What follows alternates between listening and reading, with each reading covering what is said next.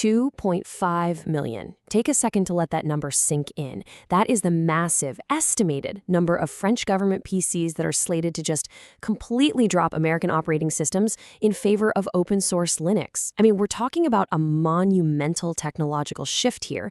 And you know what? It's happening right now.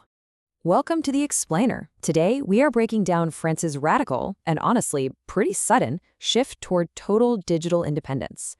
We're going to use official data from the EU's 2024 Digital Decade Report, alongside some internal tracking from France's digital agency, DINUM, and we're going to use all that to map out exactly how a major world power literally unplugs from global tech giants to build its very own digital ecosystem right from scratch.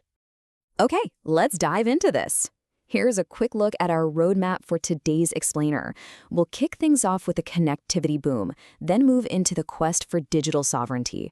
From there, we'll check out the new sovereign software suite, the great Linux migration, some of the roadblocks and vulnerabilities they're facing, and finally, what the future looks like with the new Ariane authority.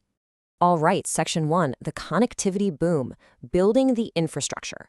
Well, because before a nation can even dream of running its own completely sovereign software, it really needs world-class plumbing, right?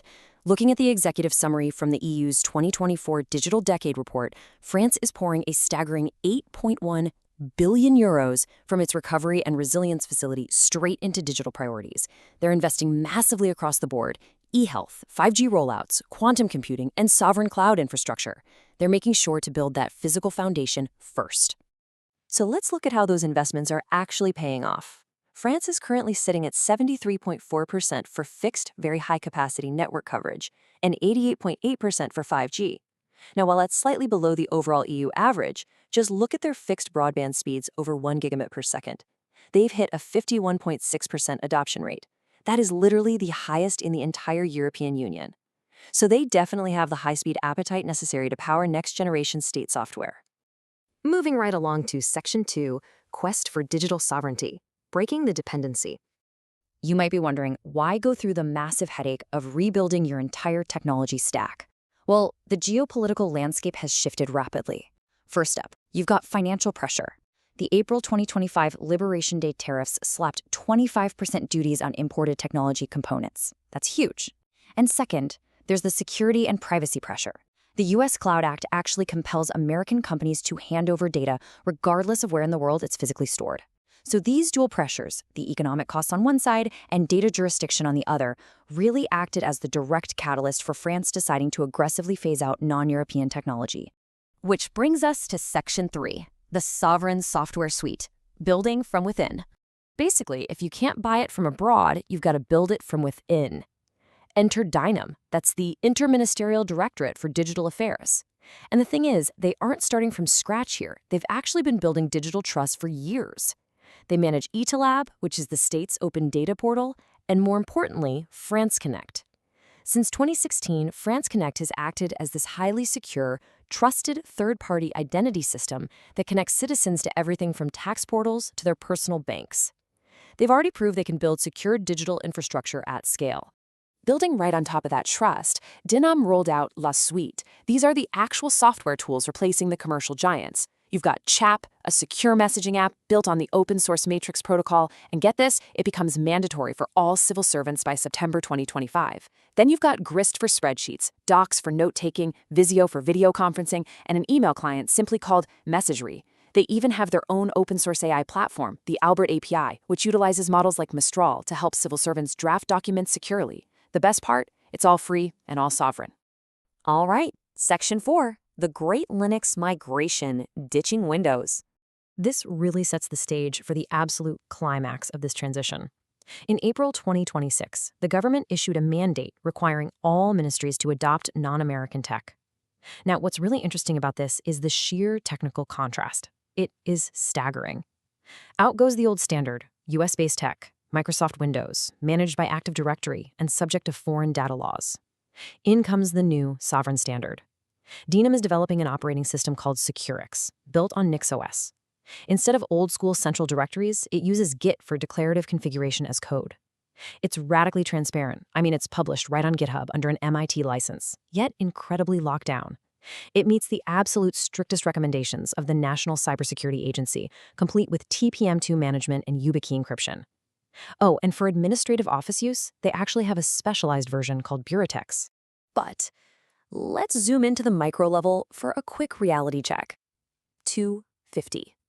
Despite the grand vision of moving 2.5 million PCs over to this new system, as of April 2026, Securix is currently only deployed on 250 test workstations within DINUM itself.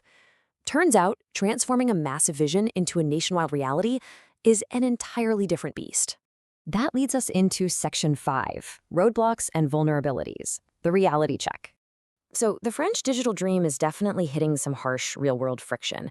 While the government pushes the sovereign high-tech vision, everyday French businesses are kind of lagging behind. Only 47% of French SMEs have basic digital intensity, and that's compared to the EU average of almost 58%. Cloud adoption is sitting at just about 25%, and AI adoption is at a mere 6.7%. The state is essentially running ahead, but the broader business sector is struggling to keep up. This proves exactly why government incubators like Alliance are so desperately needed right now to support AI adoption in the wider ecosystem.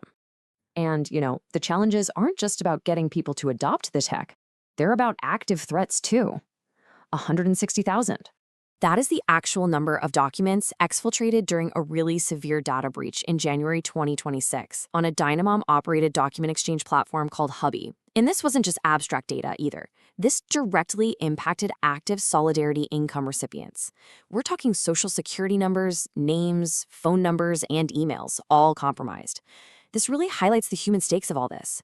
It shows exactly why building hyper-secure sovereign systems like Securix isn't just some political posturing. It's a critical, absolute necessity to protect everyday people from rising cyber threats.